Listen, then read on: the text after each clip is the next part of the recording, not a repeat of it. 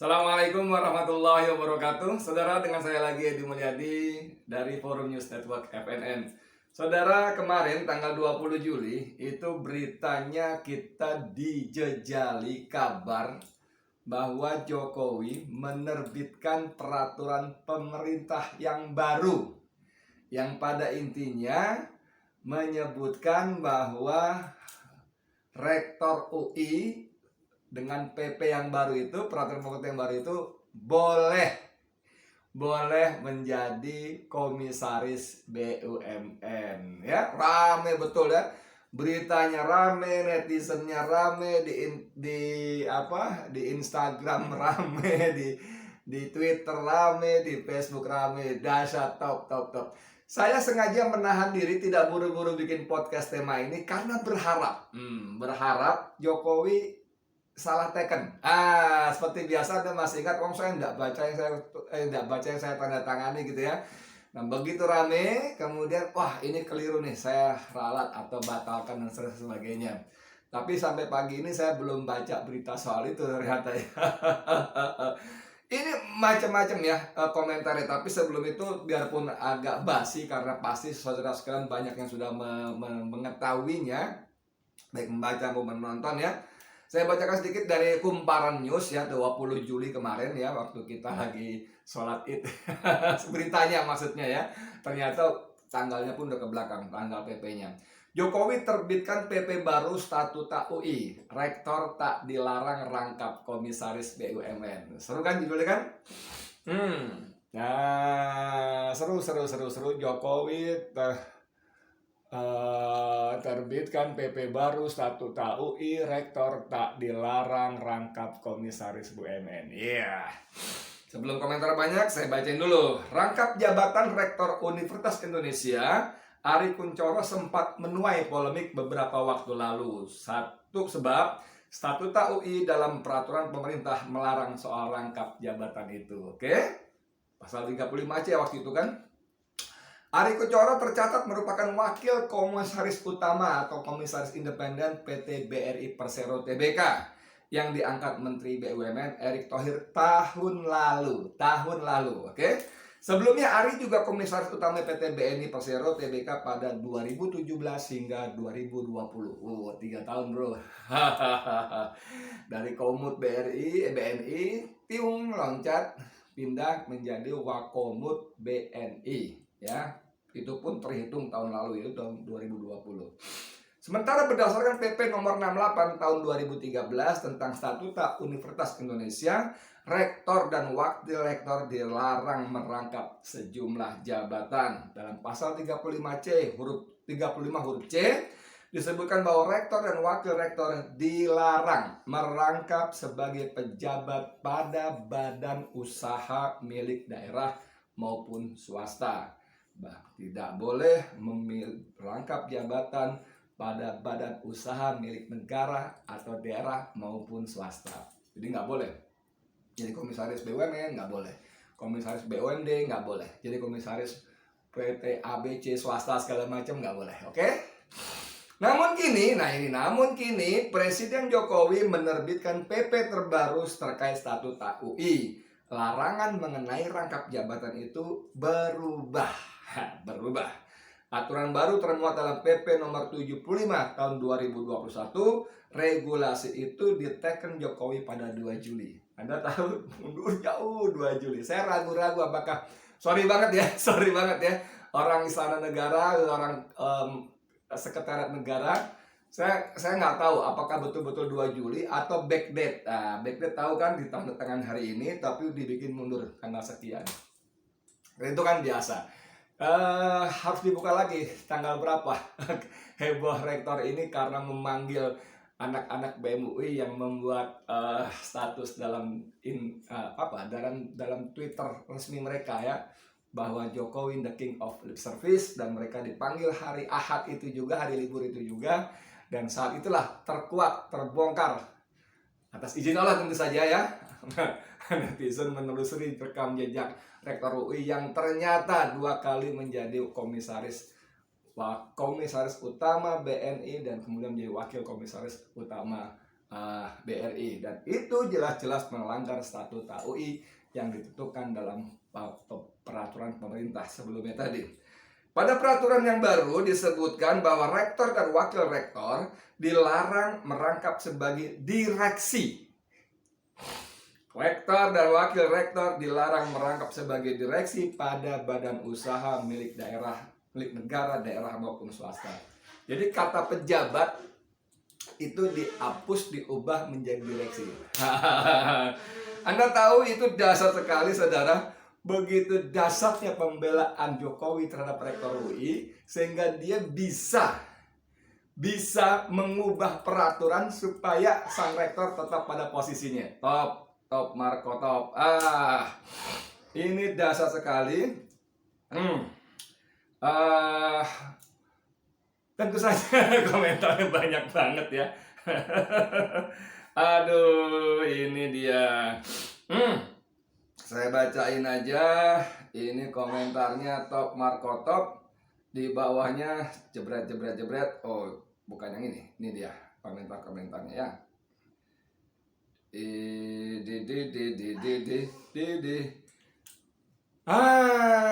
Ini coba dari Rose. Dari Rose harusnya dicopot, malah dibuat payung hukum. Kalau ada orang melanggar peraturan, harusnya orangnya ditegur, dikenai disiplin, bahkan dikenai hukuman, sanksi dan apapun namanya, bukan mengganti peraturannya. Ini Rose ya namanya, Azaleflow. Harusnya dicopot, malah dibuat payung hukum. The King of Lip Service, julukan tepat. Tahu. Ada lagi.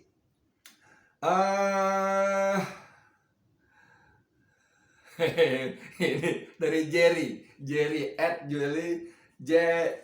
@J_Sulu ya, di 19 jam yang lalu. Sampah, dia bilang. Sampah bukannya dibuang, malah ditaruh di etalase, lalu disemprot pengharum ruangan. Bau sampah takkan hilang, semakin membusuk. Ya, jadi si Jerry ini mengibaratkan kasus si Ari Kunchoro, Profesor Rektor UI ini seperti sampah. Dia terbukti salah seperti sampah. Harusnya pemerintah khususnya Jokowi membuang sampah itu, bukan malah ditaruh di etalase lalu dikasih pengharum ruangan. Ini yang terjadi. Edan nggak? Saya nggak tahu bagaimana para pendukung Jokowi yang disebut dulu ya, saya nggak tahu sekarang disebut para cebong gitu ya. Saya nggak tahu apakah cebong kampret masih ada, tapi yang sekarang yang ada adalah kadrun. Untuk orang-orang yang berseberangan dengan pemerintah disebut kadrun, walaupun istilah kadrun ini jauh dari tepat. Kadal gurun itu sebetulnya kalau mereka mau mengasosiasikan kepada kelompok Arab misalnya ya, kelompok Islam dan Arab khususnya, kalau mereka buka Wikipedia atau apapun namanya, bahwa gurun negara-negara pemilik gurun terbesar terluas itu bukan Arab. Ada tahu gurun Gobi? Itu di Cina. Dasar luas sekali gurun Gobi itu. Jadi kadrun itu sebetulnya lebih cocok diperuntukkan bagi mereka yang mengeblok kepada istana, yang sekarang kita tahu istana sudah sangat-sangat mesra dengan RRC. Tapi mana mereka mau paham soal-soal seperti itu. Yang penting fitnah dulu. Kan 3M, memfitnah, memutarbalikkan fakta, dan menjilat dalam rangka menjilat. Dengerin. Ya, ini ada bikin meme. Bagus juga ini memnya nih. Bagus banget ini memnya. Ada seorang laki-laki melanggar aturan, kemudian aturannya disesuaikan. Iya, Anda bisa bayangkan nggak warganet kita membuat semacam ini? Saking dia orang ini mungkin berpikir, gue mesti ngomong apa lagi ya terhadap penguasa ini ya. Susah dikasih nasihat, udah ngomong gini aja deh. Aduh. Lalu sebagai sampah demokrasi terus dipertontonkan seakan aturan harus sesuai dengan kehendak sang Tuhan. Jadi dulu waktu kita masih kecil, paling nggak saya lah waktu masih kecil, saya diajari oleh guru saya atau siapapun orang-orang yang lebih paham dari saya, kalau menggaris gitu ya, yang disesuaikan tuh garisnya, bukan penggarisnya. Jadi kalau misalnya kita bikin garis kepanjangan, penggaris kita itu ya garisnya dihapus, bukan penggarisnya ditambah. Atau kalau garisnya kependekan, bukan penggarisnya yang dipotong. Paham nggak? Agak ribet. Oke, saya kasih ganti contoh yang paling gampang. Ini pakai peci, ini pakai topi. Kalau pecinya kekecilan, ya, pecinya diganti, dicari sesuai dengan kepala, gitu loh. Karena kepala kita ukurannya kepala kita. Bukan peci kekecilan, palanya diamplas. Apalagi diserut supaya muat. Ini yang dilakukan oleh Presiden Indonesia Joko Widodo. Ada orang melanggar peraturan, dan itu sudah bertahun-tahun, paling nggak dari tahun 2017, bukannya dikasih sanksi, bukannya dicopot, malah peraturan diubah. Ini kan negeri suka-suka, sekali. Sampah demokrasi terus dipertontonkan seakan aturan harus kehendak sang tuan. Waduh, ini saya mau ngomong apa ya? Apakah ini bagus? Apakah gimana ya? Kalau tanya, bagus Ed? Saya mau bilang bagus aja deh. Lu gila lu Ed, orang presiden kelakuan gitu bagus. Iya bagus lah. Saya mau ngomong apa lagi? Nasihat sudah, masukan sudah. Jangankan kita yang orang gak jelas. Saya ini kan orang gak jelas, siapa lo ngomong macam-macam. Lo kan cuman wartawan yang udah gaek, udah tua, bentar lagi mampus gitu misalnya ya. Saya kalau bikin begitu kan kita bisa baca komentar-komentar dari sekian ratus atau sekian ribu yang mendukung, bahkan mendoakan semoga Allah melindungi Bang Edi dan keluarga dan sebagainya. Ini membuat saya tambah semangat ya. Jadi saya amin. Jadi banyakkan responnya itu bukan sekadar mendukung tapi mendoakan. Ini betul-betul membuat energi tambahan. Betul-betul. Dan saya membaca amin ketika doa-doa semacam itu. Tapi kan ada juga yang nyinyir ya, dari saya katakan dari sekian ratus atau bahkan kadang sekian ribu, itu yang nyinyir ada aja tuh, walaupun nggak banyak sih, 2, 3 gitu ya. Atau ya kalau kita lihat ukurannya like dan dislike gitu ya, yang like bisa sekian ratus, sekian ribu, yang dislike bisa berapa gitu, di bawah 10 lah gitu. Dan komentar-komentar itu juga ada aja, wartawan sok tahu, ngebacot dan sebagainya kan begitu kan. Belum lagi ngomong yang sungguh-sungguh bukan seperti buzzer pada umumnya, sungguh-sungguh bukan substansi yang saya bicarakan tapi personal. Tapi emang gue pikirin gitu ya. Aduh ya Allah. Jadi ketika ditanya, Edi gimana, bagus nggak nih Jokowi mengubah peraturan? Ya saya bilang bagus aja. Gila lo, bagus. Ya bagus lah, gimana dong? Dinasihatin udah. Jangankan ada saya, seorang Rizal Ramli pun ya kan banyak yang beri masukan, kritik kan banyak ya. Bahkan seorang Rizal Ramli pun, Masya Allah, dituduh menyimpan syahwat politik, dituduh penuh kebencian ya kan. Kalau saya ditanya, lo penuh kebencian lo. Kalau Rizal Ramli suka bilang, dia dalam Twitter balasannya norak, dia bilang gitu kan. Saya udah buat podcastnya kan, Rizal tidak pernah personal, nothing personal. Yang dikritik adalah kebijakan-kebijakan yang merugikan rakyat. Kalau saya bilang, lo penuh kebencian? Iya, gue benci. Mau apa lo? Lo benci kenapa lo? Di hatimu dipenuhi kebencian? Iya, gue benci. Kenapa? Karena kalian bikin peraturan yang menyengsarakan rakyat. Gue benci sama lo. Orang bilang, lu gak boleh benci orang yang perbuatannya. Sorry, gue belum sampai level itu. Lu gak boleh benci orang ya, lu benci perbuatannya. Sorry, gue belum sampai level itu. Perbuatan itu muncul karena orangnya. Dalam logika cetek saya nih ya, logika sembrono saya, perbuatan itu muncul karena orangnya. Memang orang itu nggak selalu jahat, dia bisa baik juga. Satu saat dia mungkin nyumbang masjid, ya kan? Satu saat dia nyumbang panti asuhan. Tapi orang itu yang bikin peraturan, orang yang nyumbang masjid, yang nyumbang panti asuhan tadi, yang menaikkan peraturan, termasuk mengubah peraturan pemerintah ini. Gue benci memang. Kenapa? Kalau dia kelakuannya nggak begitu, gue nggak benci. Mungkin gue sayang sama dia, gue anggap sahabat, saudara, sebagai. Tapi kan inilah bedanya bos ya, wahai para pembenci, wahai para pembela istana maksud saya. Kenapa kalian menyebut sampai Rizal Ramli menyimpan kebencian? Dan Rizal Ramli dengan sangat bijak mengatakan nothing personal, tidak ada personal. Dia mengkritik kebijakannya. Kalau saya enggak. Saya benci kalian, mau apa? Saya benci kalian karena kalian menyusahkan rakyat.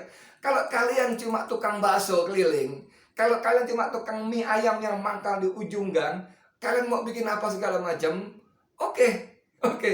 Paling yang kalian rugikan konsumen kalian, ya kan, tukang bakso, tukang mie ayam yang kalian rugikan konsumen kalian. Misalnya nih, maaf, kalian tulis mie ayam, padahal ayamnya ayam mati. Misalnya nih, mohon maaf nih, ini contoh biar gampang aja. Kan yang Anda rugikan adalah konsumen kalian. Entah berapa orang satu hari, 100 porsi, 200 porsi, ya kan? Kalau kamu tukang apa namanya, es keliling cincau misalnya gitu, lalu apa sih, cairan pemanisnya itu pakai zat perwarna tekstil yang merah itu, dan gulanya pakai gula biang, apa gula apa gitu yang nggak asli, itu yang sedikit manis banget. Yang dirugikan ya konsumenmu itu. Berapa orang sehari, 50 gelas, 100 gelas, ya itu mungkin mereka batuk-batuk gitu ya, nggak enak di tenggorokan, batuk-batuk. Tapi kalau kamu pejabat, apalagi makin tinggi jabatanmu, kamu berbuat curang, maka yang dirugikan rakyatmu, bos. Rakyatmu, bos. Sebagai seorang menteri, sebagai seorang dirjen, direktur, apalagi sampai presiden, yang kalian rugikan 270 juta manusia penduduk Indonesia, bos. Masa saya nggak boleh benci? Ya, tapi perbuatannya enggak, gua nggak sampai situ, gua belum sampai situ level. Gua benci orangnya, benci perbuatannya. Mau apa? Iya dong. Kalian menyusahkan kok gitu loh. Kalian melanggar peraturan yang memberi dampak dahsyat kepada rakyat. PPKM itu dahsyat dampaknya. Saya punya keluarga, saudara yang sebagian besar, mohon maaf ya saudara-saudaraku, kaum kerabatku, familiku ya. Saya terpaksa buka di sini. Sebagian besar mereka hidup bekerja hari ini untuk makan besok. Sebagian besar. Barusan kami, karena ada yang sakit dirawat di rumah sakit karena COVID, untuk bermudah-mudah kami bikin grup, kemudian kami komunikasi lewat apa sih namanya, WA, tapi video call rame-rame. Baru 1 jam yang lalu paling. Itu cerita anak-anak yang cari duit itu sudah dirumahkan. Bayangkan nggak? Ini nenek-nenek, adik saya, kan nenek-nenek, saya juga kakek kan. Adik saya punya anak beberapa laki-laki sudah bekerja, tapi karena situasi PPKM segala macam sudah dirumahkan. Tuh coba Anda bayangkan, dan ini terjadi bukan cuma kepada adik saya yang perempuan itu, tapi begitu banyak jutaan manusia yang mungkin sudah mengalami lebih awal, bagaimana mereka susah. Dan kalian yang buat peraturan itu, kenapa saya nggak boleh benci sama kalian? Ya, kalau kalian tidak buat peraturan seperti itu, saya nggak benci gitu loh. Ya kan begitu kan? Inilah contoh paling gampang. Kalian punya piaraan nih, sore banget ya. Biar gampang aja. Saya nggak yakin kalian nyampe soalnya logika yang semacam itu. Kasih contoh-contoh yang gampang aja. Punya ayam atau burung, lalu kalian kurung itu dalam kurungan. Lalu kalian nggak kasih minum, nggak kasih makan sehari 2 hari dari tanggal 2 sampai tanggal 30 Juli. Dari tanggal 3 sampai 20 Juli, lalu kan perpanjang lagi sampai akhir bulan. Nggak kasih makan, nggak boleh keluar, nggak boleh makan. Kejam nggak? Kan itu namanya tidak punya peri keburungan. Tidak punya peri keayaman. Nah ini manusia, bos. Manusia, bos. Rakyat Indonesia, kalian kurung, nggak boleh keluar rumah. Kalian tangkap, kalian suruh putar balik. Yang dagang kalian obrak-abrik, dagangannya kalian rampas, kalian obrak-abrik. Ya, kejam nggak? Kalau tadi tidak punya peri keburungan dan peri keayaman, apakah tidak boleh saya sebut kalian kejam, tidak punya peri kemanusiaan? Sorry bro, sorry. Nah ini ini pemerintah ini benar-benar suka apa yang dilakukan oleh Jokowi hari-hari ini dengan mengubah peraturan ini, sekali lagi menunjukkan karakter penguasa yang suka-suka. Yang suka-suka, benar-benar suka-suka. Terserah gue yang kuasa, lu mau apa? Ini peraturan salah, supaya anak ini tetap di situ, supaya pendukung gue tersebut, gue ganti peraturannya, gue ubah peraturannya. Kan begitu. Iya gak sih? Mau bantah apa? Kan secara normal, nih balik dari awal tadi ya, dari awal podcast tadi, secara normal, logika akal sehat, ya dong? Logika akal sehat secara normal kan harusnya orang itu dicopot, ya kan? Apalagi kalau kata Said Didu, mantan sekretaris Kementerian BUMN, bukan cuma dicopot, orang itu harus diambil. diambil lagi penghasilannya, hartanya selama menjabat sebagai komisaris yang tidak sah, yang ilegal. Kan keren tuh Said Didu. Bang Mossad, kami menyebutnya di FNN Mossad, Muhammad Said Didu, dan dia senyum-senyum aja. Bang Mossad, Anda keren, setuju saya. Jadi bukan cuma dicopot aja karena melanggar peraturan, tapi dia hartanya, penghasilannya selama menjadi komisaris utama BNI dan sekarang menjadi wakil komisaris utama BRI ya selama 2 tahun ini diambil kembali karena itu penghasilan yang tidak sah, penghasilan yang haram, dan itu dibayar oleh BUMN. Dan BUMN itu adalah uang negara yang disisihkan, dipisahkan. Tapi uang negara juga cuman disisihkan, dikelola oleh BUMN. Artinya apa? Uang saya, bos. Uang rakyat Indonesia. Dan kalian mengambil uang saya untuk menggaji orang secara tidak sah dengan jumlah yang gila. Gila, gajinya bermiliar-miliar itu. Itu ada tulisan bagus sekali dari siapa ya? Saya baca di Facebook. Itu bagus sekali, mana ya? Dari kalau nggak salah, belum saya capture ya. Dari mantan wartawan dulu sama-sama, bukan sama-sama, dulu di tempat yang sama. Masalahnya cuman di bawah saya udah keburu keluar, dia baru sudah masuk ya. Siapa sih namanya? Astagfirullahaladzim. Dasar aki-aki ya. Tapi bagus sekali dia temukan, ini wartawan dahsyat, wartawan ekonomi dahsyat, investigatif, dan dia bisa, sebetulnya bukan perkara sulit, cuma perlu kerajinan, perlu rajin dan ulet aja. Dia teliti, ketemu tuh angka-angkanya, berapa gaji dia, berapa tantim dia para komisaris BUMN ini, khususnya BNI dan BRI itu dari tahun 2000 sekian terus. Itu terkumpul sama dia dari penghasilan dari situ sekitar 54 miliar bro. Itu yang tercatat sah ya, maksud saya ya. Sah, maksud saya sah itu secara hukum ya, yang mereka buat begitu rupa sah. Gaji tantim itu dicatat di situ menjadi komut BNI tahun sekian sekian, tahun sekian sekian, tahun sekian sekian, tahun sekian sekian sekian, sampai kemarin 2020.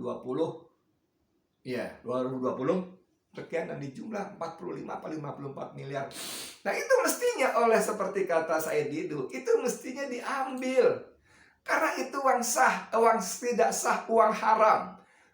Harusnya termasuk korupsi juga. Korupsi by law.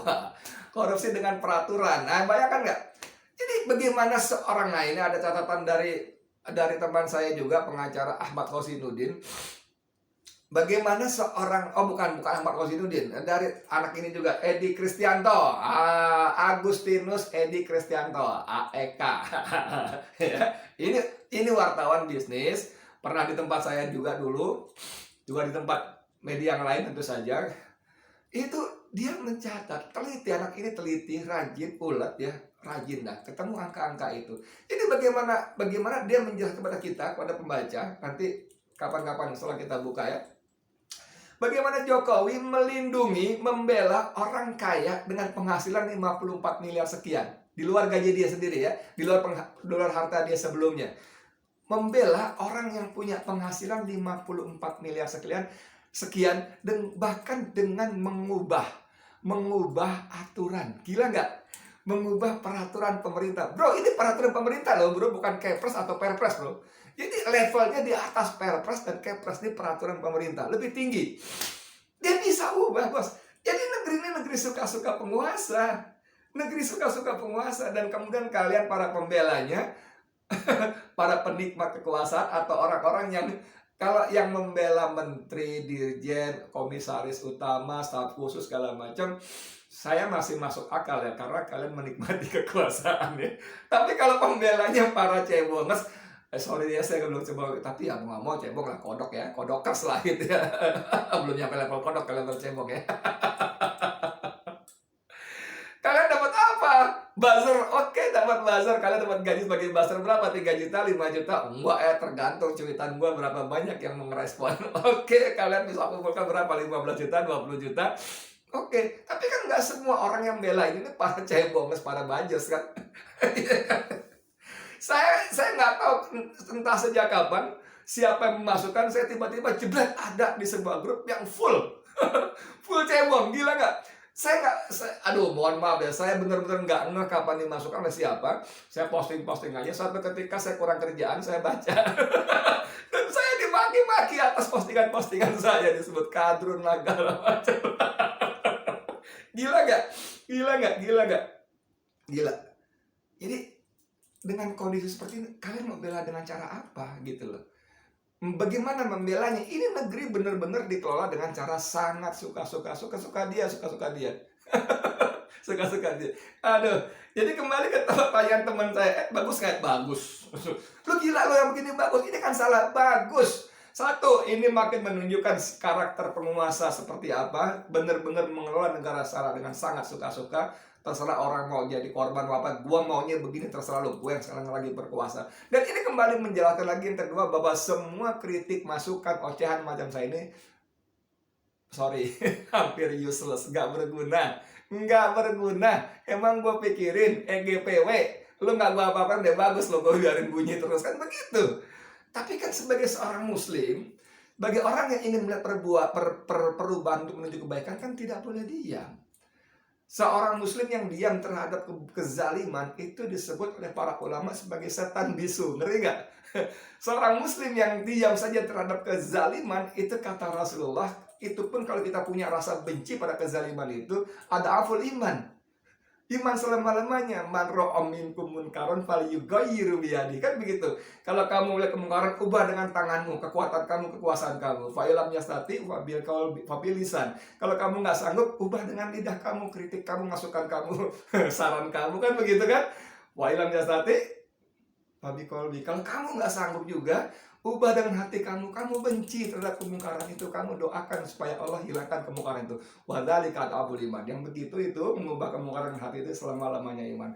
Dan saya mohon maaf saudara, saya belum mau jadi mukmin yang lemah. Saya baru bisa dengan lisan saya, ya udah ini saya lakukan. Oke? Jadi percuma lo keluar-keluar nggak ada gubris. Iya, gue tahu, tapi nggak apa-apa. Itu gue lakukan. Itu tugas gue sebagai muslim. Oke, gitu ya. Saya Edi Mulyadi untuk FNN. Assalamualaikum warahmatullahi wabarakatuh.